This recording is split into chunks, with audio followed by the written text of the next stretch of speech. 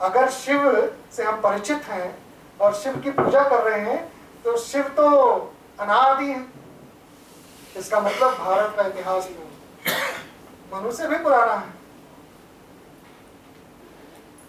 असल में इतिहास साक्ष्य को माना गया है कि जो लिखित हमें मिल गया है, कोई शिलालेख मिल गया है, कोई शिलापट्टी मिल गई है, कोई भवन मिल गया है, कोई जमीन की खुदाई से वस्तु मिल गई है, उसे हम इतिहास मानें। पर कोई जरूरी नहीं है कि कोई शिलालेख मिले तभी हम शिव को मानेंगे। हमारे तो कंकर कंकर में संकर है। तो हमारा इतिहास सनातन है। जितना सनातन है उतना ही आधुनिक है, क्योंकि जो सनातन होता है वो प्राचीन हो ही नहीं सकता। वो अपने समकालीन व्यवस्था के अनुरूप स्वयं को परिभाषित कर लेता है। सनातन का यही सबसे महत्वपूर्ण गुण है। तो हमने समय के अनुसार अपने आप को परिभाषित कर लिया और उस समय के साथ परिभाषित करने की जो चिति है वो हमारे लोक में निहित है। वो लोक कौन सा है? भारत लोक संस्कृतियों से चलने वाला देश है। भारत पश्चिम के संस्कृति से चलने वाला देश नहीं है। भारत लोक भाषाओं से चलने वाला देश है। भारत लोक कथाओं से चलने वाला देश है। भारत के घरों में लोकोक्तियां बोली जाती हैं। भारत के घरों में लोक गीत गाए जाते हैं और भारत की जो लोक आस्था है वही उसका अध्यात्म और धर्म है। इसीलिए भारत लोकतंत्र से चलता है। तो उस लोकतंत्र के पीछे जिस लोक की परिकल्पना की गई है वो हमारे गांव से आता है, हमारे उस क्षेत्र से आता है जिसमें भारत की मूल चिति बसती है, मूल उद्भावनाएं प्रकट होती है। लोग सोचते हैं कि ये लोकतंत्र से चलता है। लोकतंत्र से नहीं चलता है, हमारी लोकचिति से ये देश चलता है। इसीलिए शायद उस समय के लोगों ने, चूंकि हम लोक से चलने वाले लोग हैं, लोक परंपराओं पे, लोक आस्थाओं पे, लोक व्यवस्थाओं पे, लोक निर्मिति पे, लोक लाज पे ध्यान देने वाले लोग हैं, इसीलिए हमने स्वतंत्रता के पश्चात अपने देश के जो सब सर्वोच्च संस्थान है उसे लोक सभा कहा। वो लोक का सभा है, हमारे आपके बीच का सभा है। और जो चुन के जाते हैं वो लोक चिति के लोग हैं, लोक निर्मिति के लोग हैं, लोक व्यवस्था के लोग हैं, लोक कल्याण के लोग हैं, लोक भाषाओं के लोग हैं और लोक संस्कृति के लोग हैं। मित्रों, ये सब सनातन संस्कृति के तार्किक भाववाद हैं। ये जो भाववाद है, आपने बहुत सारे वाद सुने होंगे। आजकल राष्ट्रवाद खूब चलता है। आज से 8 बरस पहले तक वामवाद बहुत चलता था। वामपंथी बहुत चलता था। बाएं हाथ से लिखने वाले सब, बाएं तरफ चलने वाले, समाज को हाशिए पे बाएं तरफ डाल देने वाले, ऐसे बहुत सारे लोग थे। हम दक्षिण वाले ओवरटेक कर देते।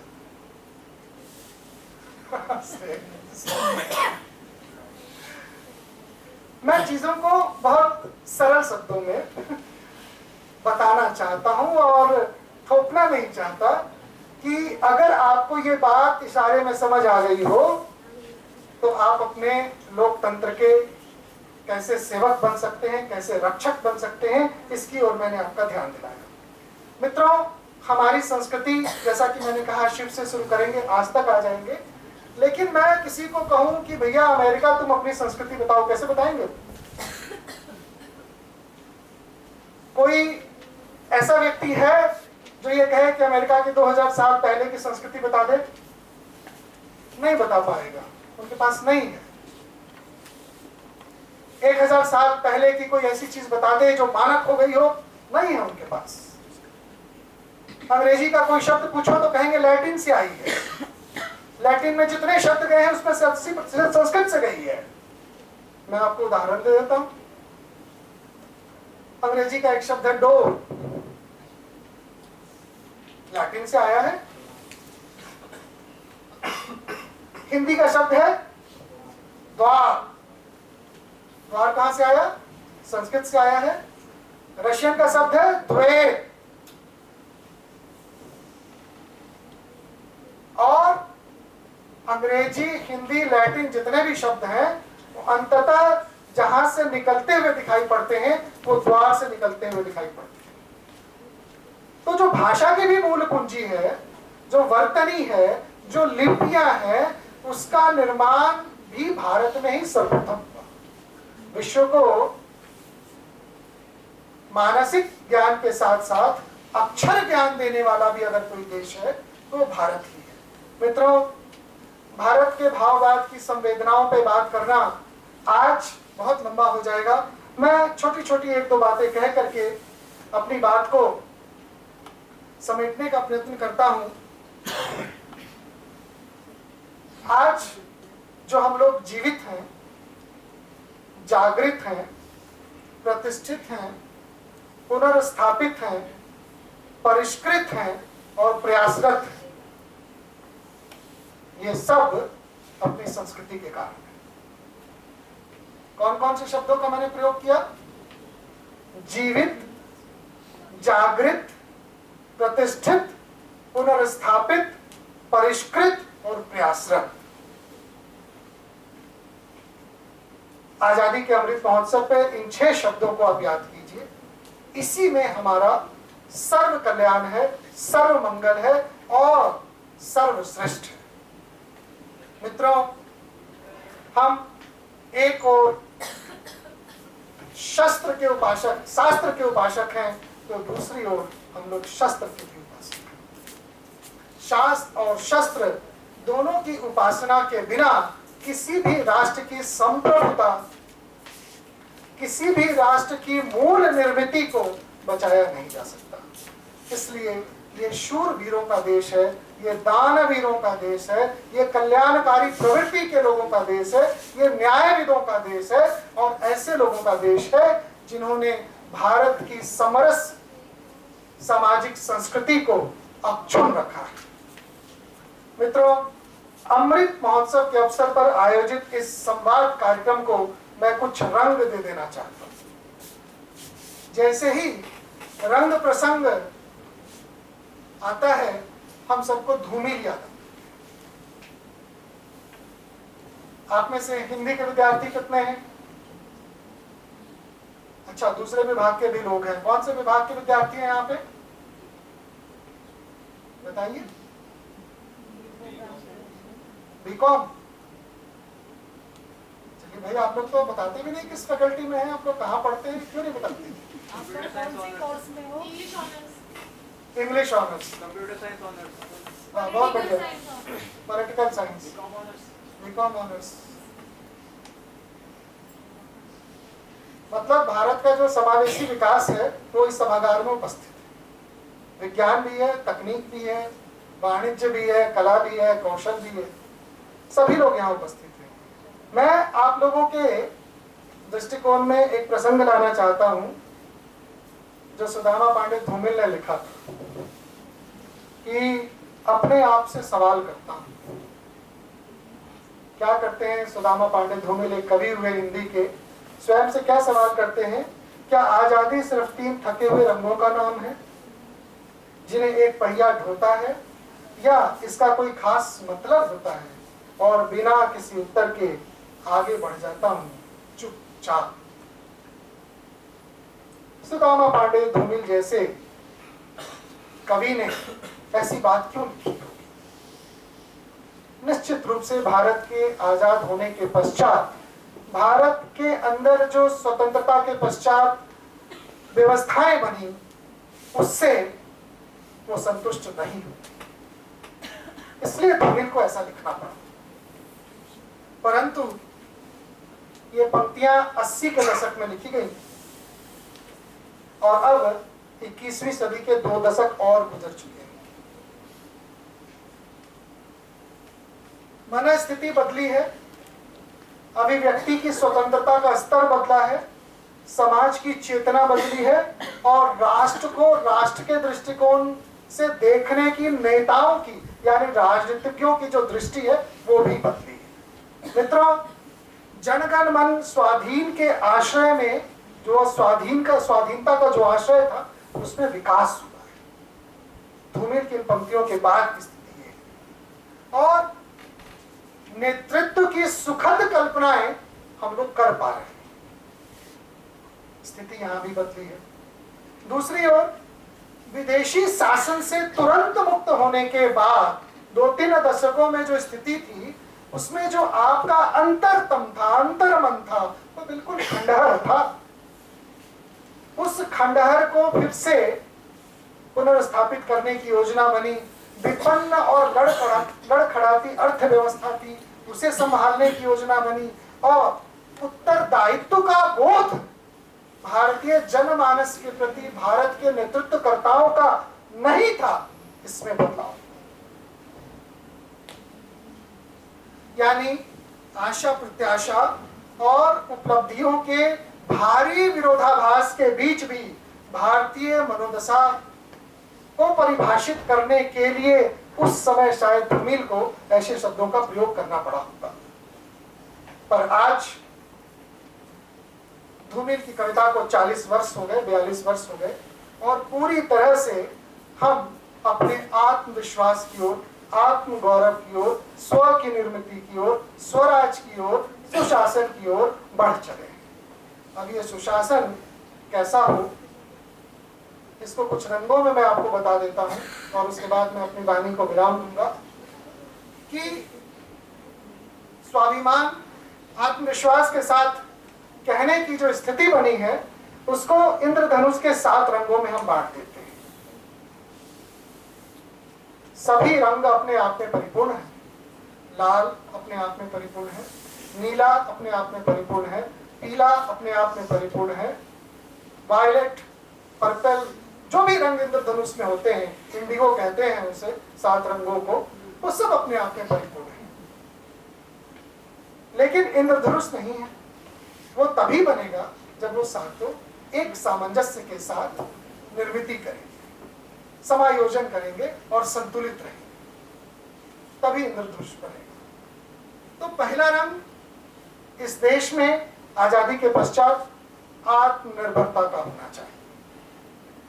7 में से पहला रंग आत्मनिर्भरता का हो, अर्थात सबके घर भोजन हो, सबके घर वस्त्र हो और सबके सर पे छत हो, देश आत्मनिर्भर हो।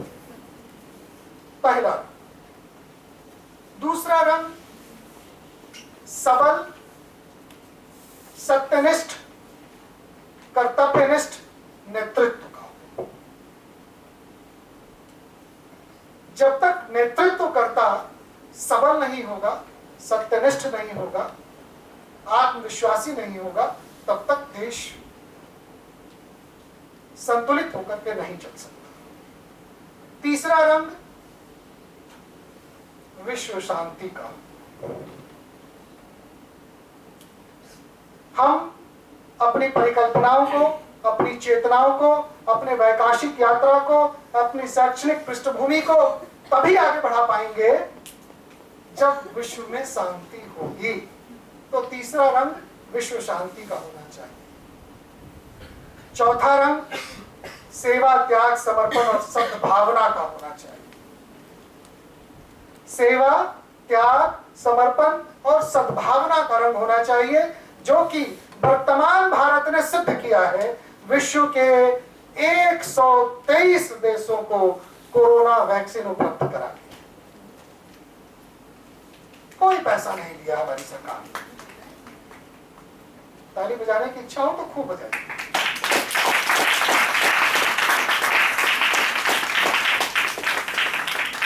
कुछ चीजों पे पूरे विश्व में टैक्स नहीं लगता, जिसमें से एक ताली भी है। अच्छा, ये जो एनसीसी वाले लड़के हैं, ये एनसीसी के हिसाब से तालियां तभी तक बजा रहे थे जब तक इनके कमांडर बैठे थे। उसके बाद उन्होंने अपने हाथ को विराम दे दिया, बोले कि भैया अब तुम्हारा कमांडर गया। पर ये तो मजाक की बात है। पांचवा रंग हमारे मानवीय संसाधनों का होना चाहिए। मानवीय संसाधन कौन है? मानव संसाधन कौन है? हम और आप। मानवीय संसाधन की गुणवत्ता उसकी प्रचुर उपलब्धता और देश की बौद्धिकता के प्रति उसका समर्पण, ये हमारा 5वां रंग होना चाहिए। छठा रंग हमारी समन्वयशीलता है। जब तक हम आपके विचार को ध्यान से सुन न लें, उसको अपने भीतर संतुलित रूप से आत्मग्रहित न कर लें, तब तक प्रतिक्रिया नहीं देना है।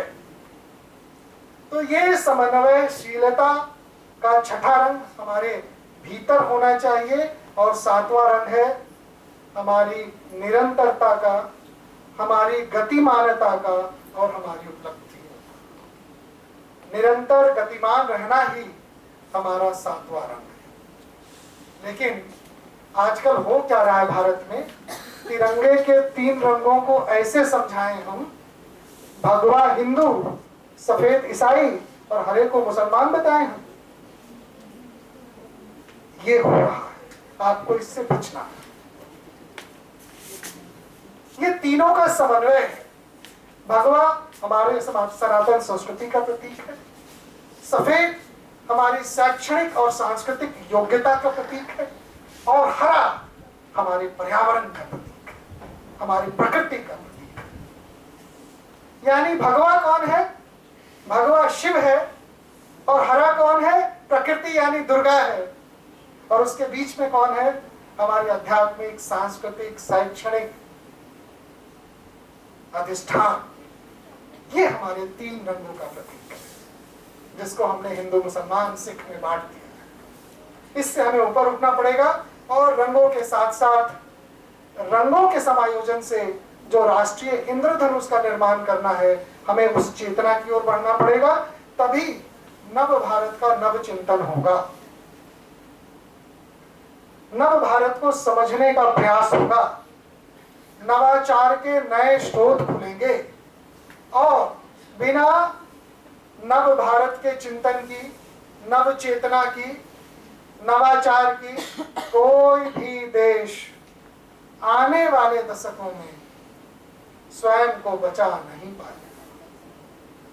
आपने श्रीलंका की हालत देखी है, चाइना की आंतरिक स्थिति बहुत खराब है। फिलीपींस में आप घर के बाहर निकलेंगे तो ड्रग्स माफिया और दूसरे चोर उचक्के 2 मिनट में आपका मोबाइल छीन लेंगे, आपके कान में पहने हुए बाली और झुमके छीन लेंगे, आपके हाथ में पहने हुए कड़े उतरवा लेंगे, यहाँ तक कि आपका पेन और मोबाइल किसी कीमत पर नहीं छोड़ेंगे, पेन तक छीन लेते। अमेरिका में शैक्षणिक स्थिति इतनी दयनीय है कि 8वीं कक्षा का एक छात्र जाता है और अपने ही समकक्ष छात्रों को, 25 छात्रों को गोली मार देता है। चाइना की सामाजिक स्थिति इतनी बुरी है कि जब वो कहें डांस करो तो डांस करना, और जब वो कहें सो जाओ तो चुपचाप सो जाओ। फेसबुक और व्हाट्सएप आप वहां नहीं चला सकते। रूसी देशों की स्थिति कुछ ठीक है, फिर भी अगर एक रूसी को बिना मतलब के अंग्रेजी बोलते हुए पकड़े जाने पे वो बहुत तरह के उस पे प्रतिबंध लगाते हैं। फ्रांस, जर्मनी सब अपनी भाषाओं के उत्कर्ष के कारण विकसित देश बने हैं। उन सब देशों जो विश्व में अपना बड़ा नाम रखते हैं, बड़ा प्रभाव रखते हैं, उन सब के सामने जब हम भारत की परिकल्पना करते हैं तो इस सभागार में उपस्थित कोई भी हमारी एक बच्ची रात को 2 बजे भी यहाँ से चली जाए तो कोई बड़े संकट की बात नहीं है। हम एक सुरक्षित देश में रहते हैं। हम बाहर निकलेंगे, हमें ये डर नहीं है कि हमारा घड़ी और चश्मा छीन लिया जाएगा। और जो कुरीतियां हमारे देश में हैं, जो असुरक्षा की भावना है, उसकी निर्मित की गई है, क्योंकि समाज में असंतोष का वातावरण बनाए रखना ही राजनीतिज्ञों का मूल ध्येय होता है। जब तक असंतोष है तब तक तुष्टीकरण है, और जब तक तुष्टीकरण है तब तक उनका वोट बैंक। तो हमें इन सब चेतनाओं से भी स्वयं को जागृत करना पड़ेगा, और एक ऐसी स्थिति में भारत को ला करके देखना होगा जहां समरसता हो, समायोजन हो, समावेशी विकास हो और संतुलित समाज हो।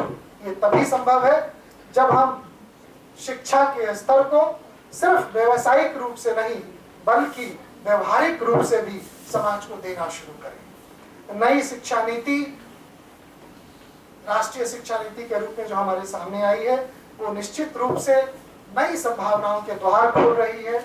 ऐसी स्थिति भारत में आने वाले 20 वर्षों में आने वाली है जब हम चिकित्सा और इंजीनियरिंग इनकी शिक्षा अपनी मातृभाषाओं में ले पाएंगे। मध्य प्रदेश का एक चिकित्सीय महाविद्यालय देश का पहला महाविद्यालय बना है जिसमें चिकित्सा का जो कोर्स है, जो उसका पूरा कैरिकुलम है, उसको हिंदी में पढ़ाना शुरू किया जा चुका है। तो हम अपनी भाषा के माध्यम से अपने स्व को जागृत करेंगे, अपनी संस्कृति के माध्यम से अपनी चेतना को जागृत करेंगे और अपने समाज के माध्यम से राष्ट्र को सबल बनाएंगे। मित्रों, राष्ट्रीय शिक्षा नीति का क्रियान्वयन जितनी जल्द से जल्द होगा, हम एक सुसंस्कृत, सभ्य और अपनी लोक अस्मिता, अपनी लोक निर्मिति पर विश्वास करने वाले समाज का निर्माण कर पाएंगे। इन्हीं बातों के साथ मैं सबको ये कहूंगा, सर्वे भवन्तु सुखिनः, सर्वे सन्तु निरामयः, सर्वे भद्राणि पश्यन्तु, मा कश्चित् दुःखभाग् भवेत्। आप सबने इतने ध्यान से मुझे सुना, बहुत बहुत आभार। जय भारत, जय भारत।